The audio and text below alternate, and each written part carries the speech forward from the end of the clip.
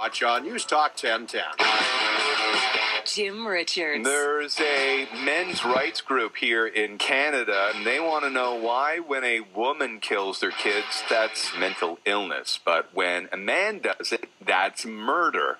We'll talk to them next.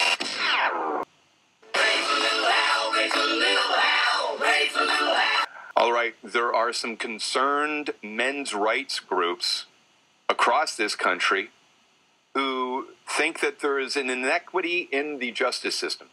Hey, last week we talked about something that I think is a real concern. I think there should be equal parenting right across the country. That should be the default setting at divorce.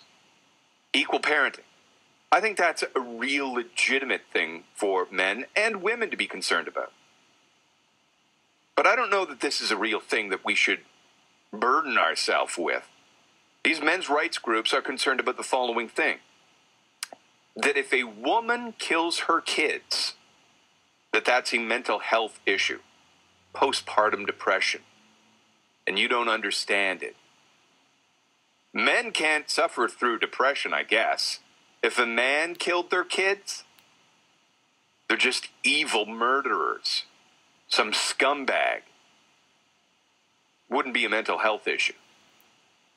Is that something that's really that much of a problem, though, in this country? There was a Montreal cardiologist who about 5 years ago killed his kids, and he was found not criminally responsible. In fact, when I think of cases where NCR is invoked, not criminally responsible, I think they're mostly men. But maybe this is an issue. We're joined right now by one of the members of this men's rights group. His name is Raz. Raz, thank you for your time. Hi, Jim. Thanks for having me on. Why do we have to use a short form for your name or a nickname and not give your name out? Well, Raz is kind of the name I go by just within the movement. It's how people come to know me. But in Edmonton in particular, it's kind of one of the unfortunate realities of what we do is that we speak truth to power, and that means that you're going to be targeted by, in our case, primarily the local feminist community who have launched death threats and the like to us via email and in person. So, you know, we're going to go out and do what we do, but it's just one of the things we do to try to avoid those kinds of things from happening to us in our personal life. What is a men's rights group? Well, a men's rights group, basically we're a emerging movement, and it started mostly on the internet, but Men's Rights Edmonton and many other locations around Canada, we've started to take activism into the real world for people to start considering men's issues and challenge feminism and the prevailing mentalities that people have.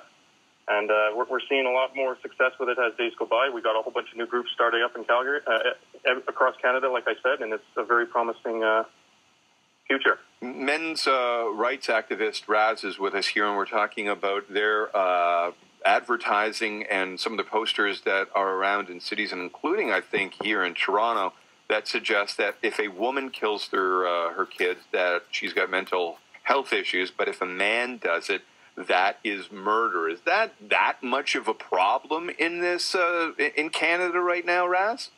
Well, what we're trying to target with this poster campaign and bring awareness of is actually one specific law in the Canadian Criminal Code of Canada, specifically Section 237, which states, quote, every female person who commits infanticide is guilty of an indictable offense and liable to imprisonment for a term not exceeding 5 years. So what we have is case after case, examples of women such as, Christina Efford, who gave birth to her baby boy and strangled him with her thong underwear and then threw his body over a fence, and she got 3 years suspended sentence for this. And you see all these instances of women who are get off on the infanticide defense, and it's ridiculous. We should be throwing out this law. The law should be applied to everybody equally. What we want is fundamentally the laws should be gender neutral, and then this law is not, and that's what we're raising the issue of. Well, I would agree with that, and I think there are some cases where men, perhaps women, because of postpartum depression, which, by the way, is real. I mean, are you here to tell me that you don't believe that women go through that kind of stuff? Well, I do believe that they probably do go through those kinds of things, and I also believe that men probably are also susceptible to that. I mean, if you think about it, and let's say you have a 19-year-old guy, and suddenly he's on the hook for looking after this child. All of his dreams and aspirations are probably going to be put on hold, if not canceled. I would think he would probably also suffer some level of depression. But we are not trying to get this law extended to include men. We want it thrown out completely because we don't care who you are, man, woman. If you kill a child, you belong in jail, and that's all there is to it. Raz, here's what my problem with some of the movement is. Like I mentioned earlier, I think here in this country we should change the divorce law so there's equal parenting, that both sides, the male and the female, or it doesn't matter now, I guess, but both partners would get equal access to the kids. That, I think, is a legitimate concern, but I mean, why should a men's rights movement get death threats from women if they're not about, it seems like you're not necessarily about men's rights, but you're more anti-woman. Anti-woman. Well, if you're making the case that a law should apply differently for women, I would call that actually benevolent sexism. And what you are doing by saying that is women should be held to a lower standard than men. The women are like helpless beings who have to be, you know, they operate on a different standard. We can't hold them accountable for their actions, and we're saying that's ridiculous. And that's why some of the loudest voices in the men's rights movement are women who are saying, I'm an adult, I can own my actions, and I can be held accountable and responsible for what I do. And the fact that we're letting people run around who are killing babies, like, that's ridiculous. These people belong in jail. And a postpartum depression defense doesn't fly for me, because I'm willing to accept that somebody who kills an infant is probably not in the right state of mind, but that's only more reason why they belong in jail. Well, I would say that I do believe in postpartum depression as a defense, but I would also agree with you that mental illness should be applied equally right across the board. We're with Raz, who's a men's rights advocate, and I know a lot of people are offended by what they're hearing right now. So women, when you hear someone like our guest speak, do you get offended? Because we'd like to hear from you, and we'll take some phone calls. 416-872-1010. Star Talk is star 8255. It's 15 minutes after 2 o'clock. In-depth radio in Toronto, NewsTalk 1010, time saver traffic. Westbound Gardner is a little slower than before now from the Rogers Center through about Jameson. Just volume here, though, and it's moving fine for the most part. Eastbound 401 ramp to from northbound Mavis, rather. Left lane still closed for construction. Eastbound 401 also very heavy from south of Pearson to the 400, mainly because of the long-term road work on the eastbound 401 ramps to the northbound 427 and northbound 400. Both are reduced to one lane. Southbound 404 still a little busy from Shepherd to the 401. Not bad, though. Northbound DVP very slow, though, from north of Don Mills to the eastbound 401 ramp. Also reduced to one lane because of road work. In town, we have traffic lights out at Markham Road in Shepherd. Steeles is still closed west of Bathurst for ongoing crash investigation. And in North York, we have a crash on Shepherd at Willowdale, right between Yonge and Bayview. Hurry into Mercedes-Benz certified pre-owned spring event. 0.9% financing for 36 months and 3 months payments waived on all 2010 to 2012 certified models. Time saver traffic every 15 minutes. I'm Mike Trutler. Listen live anytime online at newstalk1010.com. In 20 minutes here on In-Depth Radio, if you're a parent and or you have a parent in the nursing home and you found out that the nursing home hired strippers, would you be freaked out? One guy's suing a nursing home because his mom got a lap dance. That coming up in about 20 minutes. 17 minutes after 2 o'clock right now. Thanks for your time this afternoon.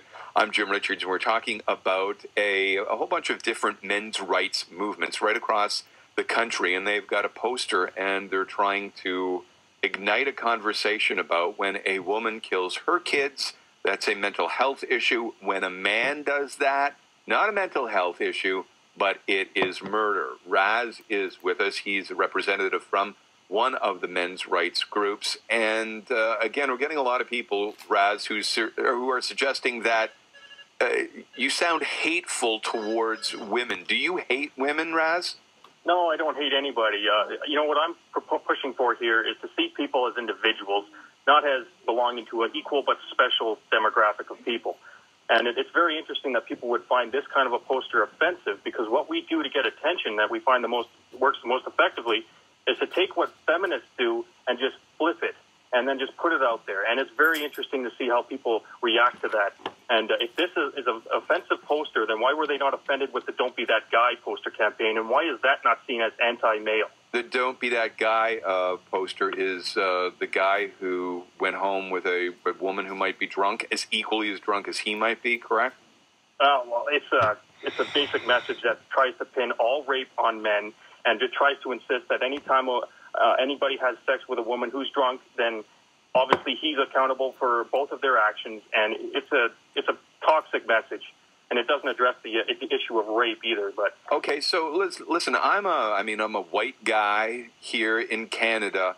I don't get why I need a men's rights group. I don't feel. I mean, most people, well, not most people, but some people would say that white men in this country have it pretty well, and they don't need a men's rights group. Well, that's generally the mentality a lot of guys have. You mentioned earlier that there's a problem in this country with equal parenting laws. A lot of guys would probably think that that's probably also not a legitimate issue. And we get inundated with guys who send us emails who didn't care before, but now it's their life. Now it's their child being killed or alienated from them. And now they suddenly see the need for this, but it's too late then. We can't do anything for you. The best thing you can do to avoid this problem is prevention. So okay, that's why we take a couple of phone calls with Raz, who's with the men's rights group, and their message is, when a woman kills their kids, that is a mental health issue. So why isn't it when a man kills their kids a mental health issue, and he's just not, he's viewed as a brutal murderer? Michael, you're on NewsTalk 1010. You say you've got a message for Raz. Yeah, I have a message for your caller. I tuned in late. What's the name of your organization, and what's your name? I didn't catch that. My name of the organization I belong to is called Men's Rights Edmonton. We are an Edmonton-based real-life activist group. We belong to a larger organization of men's rights activists. We're part of a men's rights movement. And he's not. He doesn't use his full name because he's getting death threats. Okay. Well, here. Tuning out. No name, no credibility, my friend. If you have a legitimate argument to put forward, legitimate organizations put their names forth. No name, no credibility. Good luck. Well, a lot of feminist organizations are deemed legitimate, and they issue death threats, so... But, I mean, he kind of has a point that if you want to go on record and do interviews, although we're interviewing you, if you want to go on record and do interviews and you can't use your real name, then what good is your organization? Well, what good is our organization if we're dead or, in the hospital? We have examples of feminists citing, and they're going to throw battery acid in our face if they see who we are on the street. And they have a history of censoring and silencing their dissent. So, we believe in what we do, so we're going to take on those risks. Some of us are willing to do that under our real name. And I'm guessing that you get support from some women as well. Raz with Men's Rights Edmonton, and here's Pamela. Pamela? Hi. I agree with Raj, and as a woman, and I have friends that are divorced or separated, and I think that men get the short end of the stick with their children often. Yeah, I mean, we're not talking about children. We're talking about murder here, and why a female would get a pass for postpartum depression, but nobody would extend depression as an issue for killing your kids to men. Well, whether it's postpartum depression or depression, I agree that if you murder your child, you absolutely should be in jail. Here is Rana on with Raz. Again, his cause is that women will get off with a mental illness issue if they kill their kids, and men are seen as murderers who are going to be in jail for a good long time. Rana? Hi there. Yeah, my problem with this is that he's not giving any credence to the fact that when a woman gives birth, the flexin hormone is so tremendous.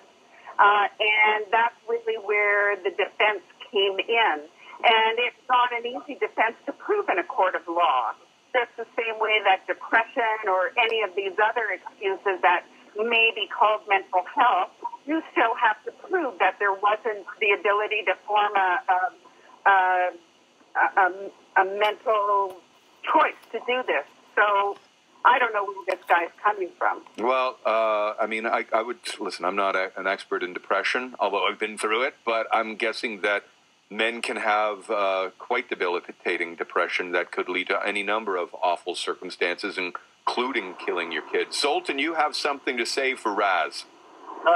Yeah, there could be a good point here, except for the fact that nobody's ever thrown battery acid in anybody's face in Canada. This guy, from where does he think he is, in Afghanistan or the Swat Valley in Pakistan? let's come on now. If you've got a good message, put your name behind it, and don't bring up these things. If there's death threats, call the police, call the RCMP, and have them investigated.